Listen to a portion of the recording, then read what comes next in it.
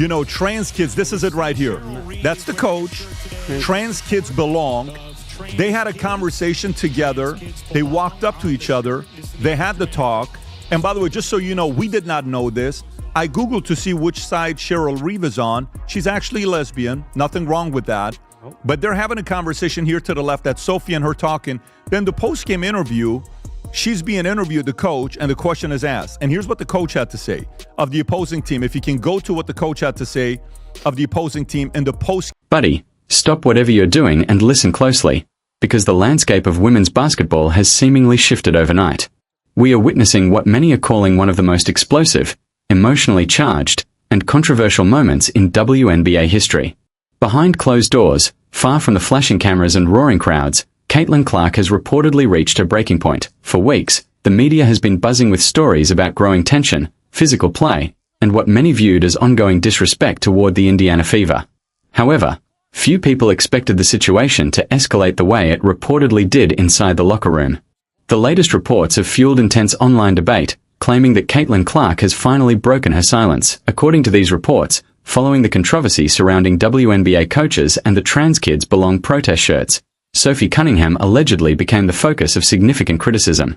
The reports further claim that one major miscalculation was underestimating Caitlin Clark's loyalty to her teammate. Don't miss a single second of this video, because we are breaking down the lawsuit that is reportedly sending shockwaves across the basketball world. We'll examine Clark's reported confrontation with the coaching staff, the alleged ultimatum, and the controversy that has sparked widespread discussion surrounding the WNBA. To understand how this situation reportedly unfolded, we first have to look at what happened in Seattle. By many accounts, the atmosphere had already become increasingly tense. Reports claimed that members of the Seattle Storm coaching staff, along with several opposing teams, publicly supported the Trans Kids Belong shirts, turning the basketball court into the center of a much larger cultural debate. According to the narrative, the controversy extended beyond a single shirt and became a broader dispute over influence, authority, and the pressure placed on players. I think educate, and there are some things that, you know, we have in common and maybe some things you differ on, just like any issues. And I think it's how you handle things. And so... You can pause it right there. I want you to now watch what Caitlin Clark's nice coach had to say when she was questioned. This is Caitlin Clark's coach. Okay, go for it. Your stance on men or athletes who test as biological male participating in women's sports? What's your personal Watch stance? your answer. Yeah, I mean, I don't know that I would say that I'm educated enough from a scientific standpoint. I don't ever believe that exclusion is an answer. I just don't. Oh my. No, but wait a minute. You got to keep playing it. Is this the only clip we have? Oh, okay. I think that's it. Because she says, I used to play with men when I was a kid. I always played with men when I was a kid. And she answers the question like, you know, I'm not a scientist. I'm not this. I'm not that. And then the game's being played yesterday. Sophie Cunningham gets hit in the face by an elbow that pretty much almost like massive foul. According to shocking insider reports, Sophie Cunningham allegedly refused to give in to mounting pressure from opposing coaching staffs, and that decision reportedly made her public enemy number one. The reports claim that several coaches turned against Sophie, launching what was described as a coordinated effort to isolate her and damage her reputation. The allegations include relentless verbal attacks from the sidelines, questionable officiating, and opposing coaches reportedly directing harsh criticism at Sophie every time she touched the basketball. According to the narrative, the goal was to break her confidence and make her an example in front of a national audience. Meanwhile, league executives were allegedly accused of remaining silent as Indiana Fever's enforcer faced what supporters described as relentless hostility. Those behind the alleged campaign reportedly believed Sophie was standing alone and would be an easy target. However, they overlooked one important fact. Sophie was known as one of the fiercest protectors of the team's biggest star.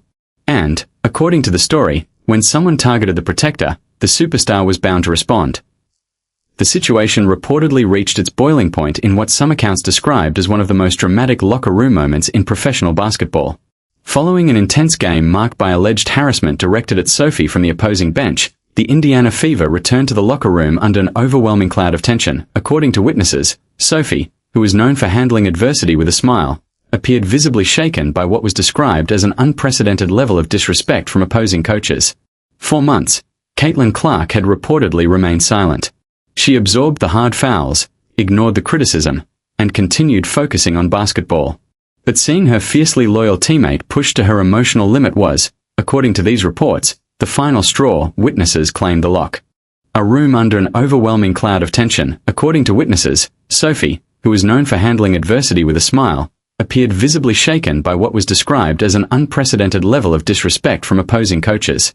For months, Caitlin Clark had reportedly remained silent. She absorbed the hard fouls, ignored the criticism, and continued focusing on basketball. But seeing her fiercely loyal teammate pushed to her emotional limit was, according to these reports, the final straw. Witnesses claimed the locker room fell completely silent as Caitlin Clark slowly stood to her fate. She didn't simply speak. She reportedly exploded with emotion. Clark allegedly walked to the center of the room, staring directly at team management and league officials who were said to be nearby. According to those accounts, she was visibly trembling with anger as everyone watched in complete silence. In our society, we have to still play this trans kids belong. And listen, I pray for those people. I pray for those people that are confused. My heart goes out to them. I literally pray all the time. Like, let them figure it out. Talk to somebody that's going to do it instead of them patting you on the back and saying, you know what? Take your breast off or chop your penis off. And the majority of those people have freaking depression and they wind up killing themselves. Or if not, they wind up shooting up places and they call us transphobic. Give me a freaking break. Shut down the WNBA. Where's the money coming from? Name me a company that loses $40 million a year and people still put up with this. And mind you, Caitlin Collins is your superstar. Caitlin Caitlin Collins, whatever. Potato. That's how much, Adam. Well, technically, if you can't do potato in the NBA, then exactly. it's a... But Adam, think about and she this. got you new TV and sponsorship deals, and that money is being used to pay the players, and now you don't need her. And great point, Tom. Are you ready for this, Adam? They hate her because she's white. She's the nastiest player in the league, and everybody, the coaches, the refs, the players, all hate on her because she's a white star, and she had to bend the knee too. I'm done with the WNBA, bro. I'm tired of it. Is that bad? I'm furious. No, am I wrong? So where are you at with this? I'm just, Vinny, I mean this sincerely. Thank you for coming over. Finally, you got me. Thank you. Just stay out of FYI, just so you know, that's not happening. The first team in WNBA just got $1 billion valuation. Their revenue's up to $500 million. They're not profitable yet, so it's not like they're making money now. But Vinny, there is no way this thing's going away because the simple fact that we're talking about it right now. According to the narrative, no one could believe what happened next. Reports claim that Caitlin Clark grabbed a clipboard and slammed it against the lockers with tremendous force, instantly silencing the room. She didn't simply stand up for Sophie Cunningham. She allegedly unleashed a blistering condemnation of what she viewed as the WNBA coaching establishment. Insiders claim Clark shouted, "You let them attack her. You allowed these coaches to cross every line imaginable, and you did absolutely nothing. She sacrifices everything for this franchise, and I'm not going to sit here while this league tears her apart." According to those reports, everyone in the room was left stunned. Team officials and executives allegedly stood frozen in silence, unsure of how to respond. But Clark wasn't finished. Witnesses claim she locked eyes with the league executives and delivered what they described as a statement that sent shockwaves throughout the basketball world. According to the story, Clark didn't simply voice her frustration and walk away. Instead, she reportedly escalated the confrontation, taking the situation to an entirely new level. The narrative further claims that within 24 hours of the explosive locker room confrontation, chaos erupted as reports surfaced that Caitlin Clark's high-profile legal team had officially become involved. According to those accounts, the development immediately fueled widespread speculation, with fans and media closely watching to see what would happen next. Upset. I was surprised. Some people liked the take. Other people were upset with the take. And listen, Kelsey was hot. I'm not saying that. But it's frustrating to never get the ball when you're open in the half court. And I mean never. Venom Reacts noticed it. Man, we got to get you over to the Caitlin Clark zone, Venom. Venom noticed it. He saw it. He always sees it. Like, look at this, man. They got raped. Yeah, Venom always does solid breakdowns. Awful coaching-esque breakdowns of these Indiana Fever games, really exposing some things that we all talk about and exposing things that maybe a lot of us haven't seen. So shout out to Venom as well. Raven Johnson bringing it up. CC's relegated. As soon as Raven Johnson was in the game, you knew that it was over. To the left wing. This is sad. Stephanie White, like, this is sad, man. Caitlin Clark, like, even look at the way Caitlin Clark walked away from Aaliyah when Aaliyah tried to talk to her. Like, look right here. Look at Aaliyah Boston and Caitlin right here. Aaliyah tries to talk to her, and Caitlin turns to her left side like, girl, stop talking to me right now. Get ass, stop talking to me. I don't want to hear shit you guys say right now. I'm just being honest. Stop talking to me. Like, I like this, though. I like this. Because all the stuff that I'm saying now is starting to come to the light. Yeah, Cece, stop trying to be friends with everybody. Let them know. Let them know we ain't doing this hub BS. You're the hub. You're the engine. You're not wheels. You're not an exhaust. You're not a hubcap. You're not headers. You're not cams. You're none of that. You are the engine. You are the actual engine itself. The V12 of the Indiana Fever, not the hub. Let them know, hey, we're cool, but we ain't that cool. I'm gonna need that rock. According to the reports, Caitlin Clark is allegedly considering legal action against opposing WNBA coaches and, potentially, the league itself. The claims suggest the case could involve allegations of targeted harassment, a hostile work environment, and emotional distress reportedly inflicted upon Sophie Cunningham that, if true, the situation would be unprecedented, a young superstar reportedly taking legal action against the very league in which she competes.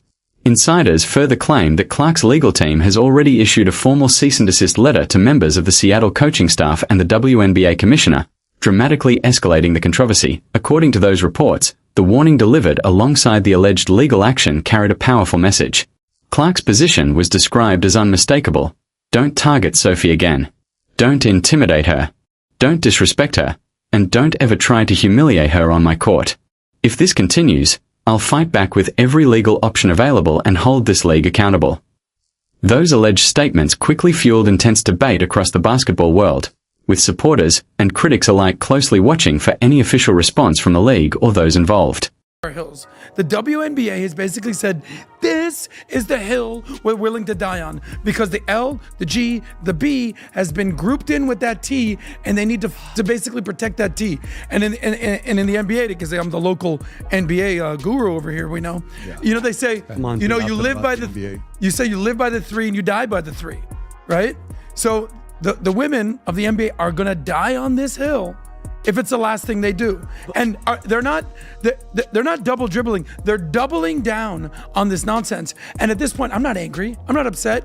I'm sitting there eating my popcorn, just being like, you have this generational talent, Caitlin Clark, and you're running her out of the league. And you have this beautiful person, Sophie Cunningham, who's basically saying, listen, I'm just a normal person. I'm not political. I just don't want dudes in the locker room with me. And they elbow her in the face and they go, that's a foul on you. Yeah, shut your mouth. Oh, God. So I don't believe they're doubling down, Adam, but here's why. You're right, but I disagree on this angle. There's never been DEI that's been a special program brought into the WNBA. Never has. It was the culture from day one. Their culture was this. Well, this was the culture. I don't mean this disrespectful. They're all lesbians. A lot of them are lesbians. The point is, DEI was brought into certain companies and they faked it and they put up programs. We have a DEI program. Mm-hmm. They had DEI DNA. This was it since the beginning. And what you are seeing is a culture clash with Caitlin Clark and Sophie Cunningham and organ rejection. According to the narrative, the WNBA is now facing one of the most intense controversies in its history. Reports claim the league has been thrown into uncertainty, while the Seattle coaches accused of targeting Sophie Cunningham are allegedly facing growing legal scrutiny and mounting criticism from Caitlin Clark supporters. The reports further suggest that league officials are working behind the scenes to contain the controversy before it escalates even further. According to the story, executives are attempting to manage the situation amid increasing public attention and widespread speculation about what could happen next. Across social media and sports discussions, reactions have reportedly been deeply divided. Supporters of Caitlin Clark have praised her loyalty, describing her as one of the most dedicated teammates in the game for allegedly standing beside Sophie Cunningham during the controversy. Others, however, have questioned the claims and are waiting for official confirmation before drawing conclusions. According to the narrative, league executives and opposing coaches are closely watching Clark's next move. The reports speculate that if she were to pursue legal action or refuse to play until significant changes were made, the league could face serious financial and public relations challenges, including the possibility of losing millions of viewers. Whether those predictions become reality remains uncertain, but the controversy has undeniably fueled intense debate throughout the basketball world. Bigger story than Nolan Wells that Caitlin Clark actually got some calls last game. So I'm sure the officials saw that, and they made sure today that she didn't get any calls and she didn't shoot many free throws. That was the thing today. You refs got to stay off Twitter, man. You're so reactive in this league, man. What a league this is, man.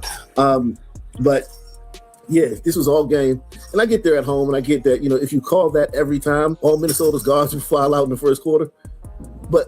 still to never call it is the opposite way. Like, and I'm not talking about just fouls, I'm talking about to never call this. This is a foul, okay? If that's Olivia Miles, that's a foul. Olivia Miles is a rookie. Hasn't paid her dues. Doesn't have to mention Cheryl Swoops. That's true. If the roles were reversed, we're calling a foul on this. And I think that's everybody's biggest gripe. If this wasn't called by any across the board, fine. But the fact that it's such a double standard, maybe not double standard, the fact that there's such hypocrisy involved, it's like, all right, well, we're going to call fouls here. No, I think double standard is the right word. The fact that we're going to call fouls when it's Caitlin Clark playing defense, but we're not going to call fouls when they're playing defense like this on Caitlin Clark, well, that's the issue. We need it to be fair across the board. And all the veterans, Cynthia Cooper and Teresa Weatherspoon, every time she opens her mouth, she's not required to do that. But she hasn't even paid her dues yet in the league yet. According to the narrative, this has become the ultimate showdown. A superstar standing against what supporters describe as the WNBA coaching establishment. Now I want to hear your opinion. Head down to the comments and share your honest thoughts. Do you believe Caitlin Clark was right to reportedly stand up for Sophie Cunningham and challenge the league? Or do you think the controversy has gone too far? Let everyone know where you stand, and keep the conversation respectful. If you enjoyed this video, be sure to hit the like button, share it with other basketball fans, and subscribe for more WNBA news, updates, and discussions. Thanks for watching, and I'll see you in the next video.